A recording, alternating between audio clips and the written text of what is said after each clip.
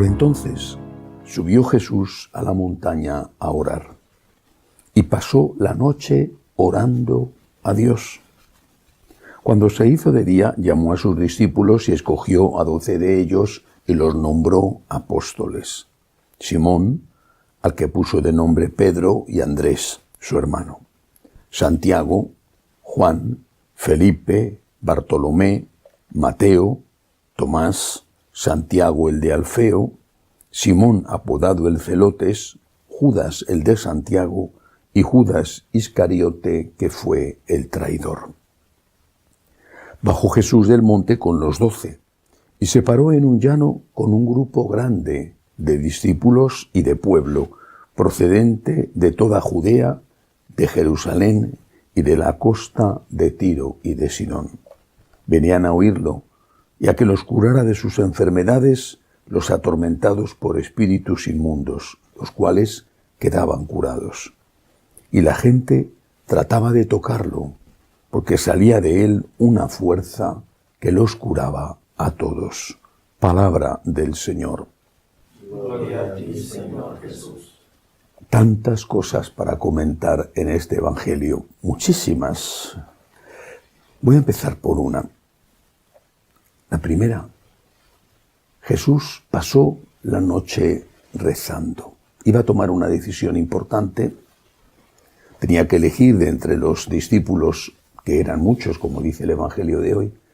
Tenía que elegir a 12, que iban a ser sus apóstoles, sus más próximos colaboradores, recordando las 12 tribus de Israel. Los conocía a todos y sabía que tenían cualidades y defectos. Tenía que elegir. Pero antes de eso, pasó la noche rezando. Dice que se retiró él solo a la montaña a orar. Rezamos lo suficiente. La iglesia es casa de oración. No digo que se haya convertido en cueva de ladrones, puede ser que, por supuesto, como sabemos y como por desgracia ocurre con las cosas que también son humanas, pues haya escándalos. Pero sin ser cueva de ladrones, a lo mejor tampoco es una casa de oración. La culpa seguramente la tienen en parte, por lo menos, los responsables de esas iglesias, los sacerdotes, cuando, por ejemplo, no organizan la adoración del Santísimo o el rezo del Rosario o no tienen el templo abierto lo suficiente para que la gente vaya a orar. Pero no es únicamente de ellos la responsabilidad. Rezamos lo suficiente. Y rezar en contra de lo que la gente suele hacer y pensar no es únicamente pedir, y ni siquiera es únicamente hablar. Rezar es escuchar. Jesús ha ido a la montaña, ha pasado la noche hablando con Dios Padre, él que era Dios Hijo. Lo ha hecho para discernir, es decir, para escuchar, Cuando rezamos, escuchamos. Hacemos silencio para dejarle a Dios que hable y que nos diga lo que quiere, cuál es su voluntad.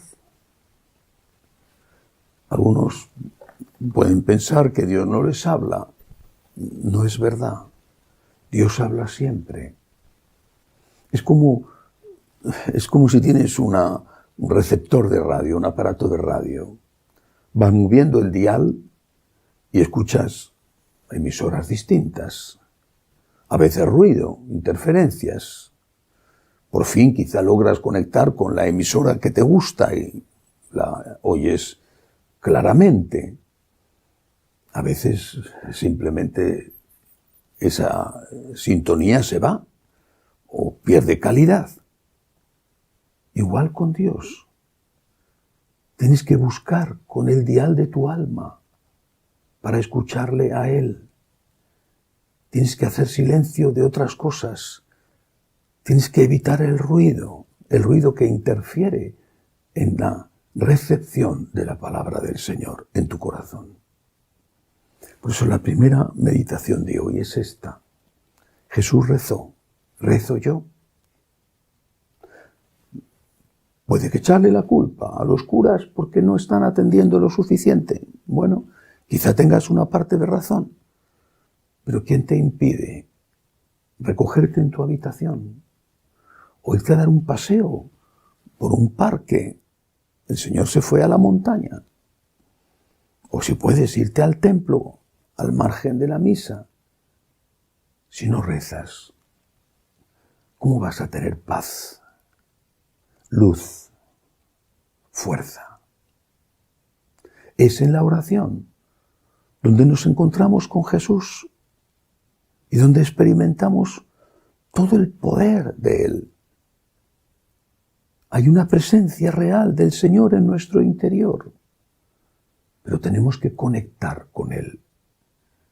Y tenemos que dejar los ruidos, las interferencias, otras emisoras, para poder conectar con Él y que Él pueda hablarnos, consolarnos, dirigirnos. Solo otra reflexión más sobre este Evangelio, que repito, da para muchísimo. Jesús pasa una noche en discernimiento para elegir a 12. Bueno, de entre lo que tenía, hay que recordar aquella frase de Santa Teresa que le dijo a la monja a la que había mandado de superiora a una de las fundaciones y con otro grupo de hermanas, y ella se quejaba de que algunas de las hermanas no eran las mejores. Y Santa Teresa le respondió, pues con estos bueyes tenemos que arar, es lo que hay. Él tenía lo que tenía. No tenía en aquel momento a un Francisco de Asís con él, o a un Domingo de Guzmán, o a un Ignacio de Loyola. Tenía lo que tenía. Y eligió lo mejor que tenía.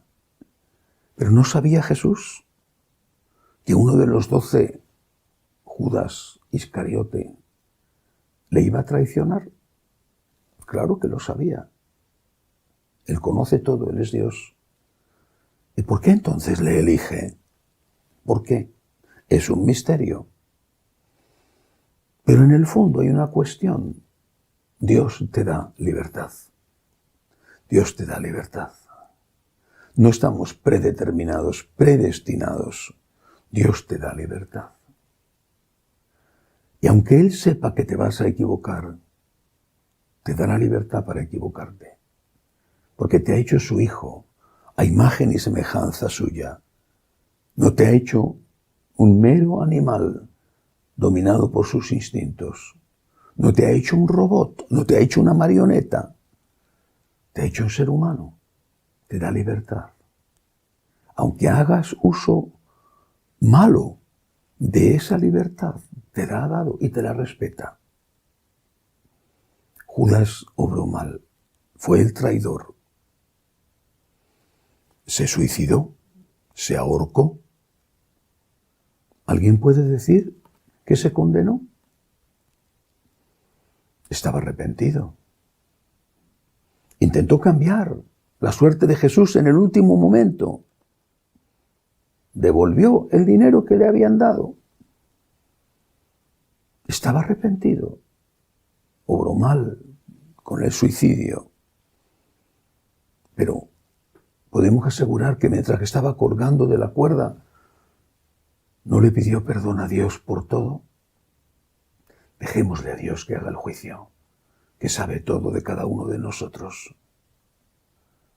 Pero no olvidemos que somos libres, que nos ha hecho libres y que de esa libertad es de la que tendremos que dar cuenta un día. Mientras tanto, recemos, lo necesitamos y Jesús también necesita que estemos con Él en la oración.